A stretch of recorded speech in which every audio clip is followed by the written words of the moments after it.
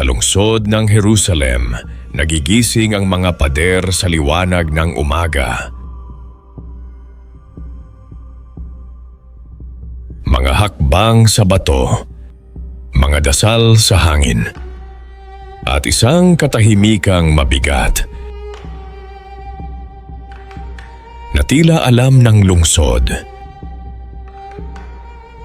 na may dugo na namang dadanak. Dito naglalakad ang mga propeta. Dito naghari ang mga hari.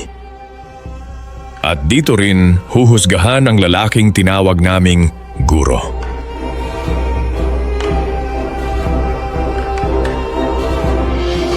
Hindi kami tumakbo dahil duwag kami.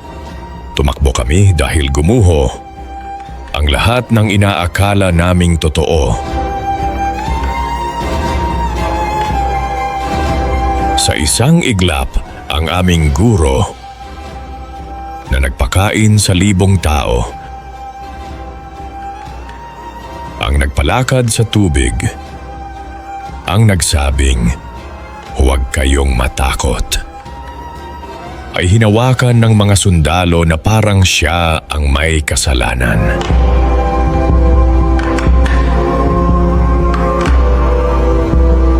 Si Pedro ang unang kumilos, espada laban sa bakal, tapang laban sa kapangyarihan. Ngunit isang utos ang pumigil sa kanya. Itago mo ang espada.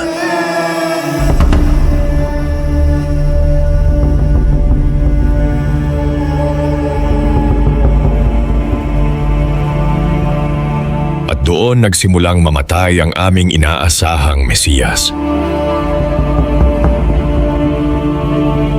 Habang dinadala siya palayo, isa-isa kaming umatras. Hindi sabay-sabay, hindi marahas, kundi dahan-dahan, parang pag-urong ng pag-asa.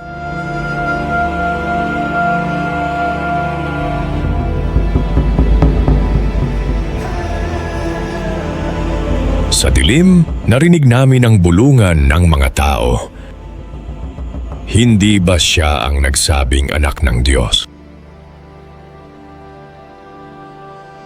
At sa bakuran ng hukuman, isang batang babae ang tumingin kay Pedro.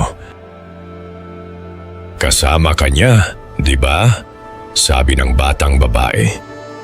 3 beses, 3 pagtanggi, 3 sugat na hindi nakikita. Tumilaok ang manok. At si Pedro ang nangakong mamamatay para sa kanya ay napaluhod sa hiya.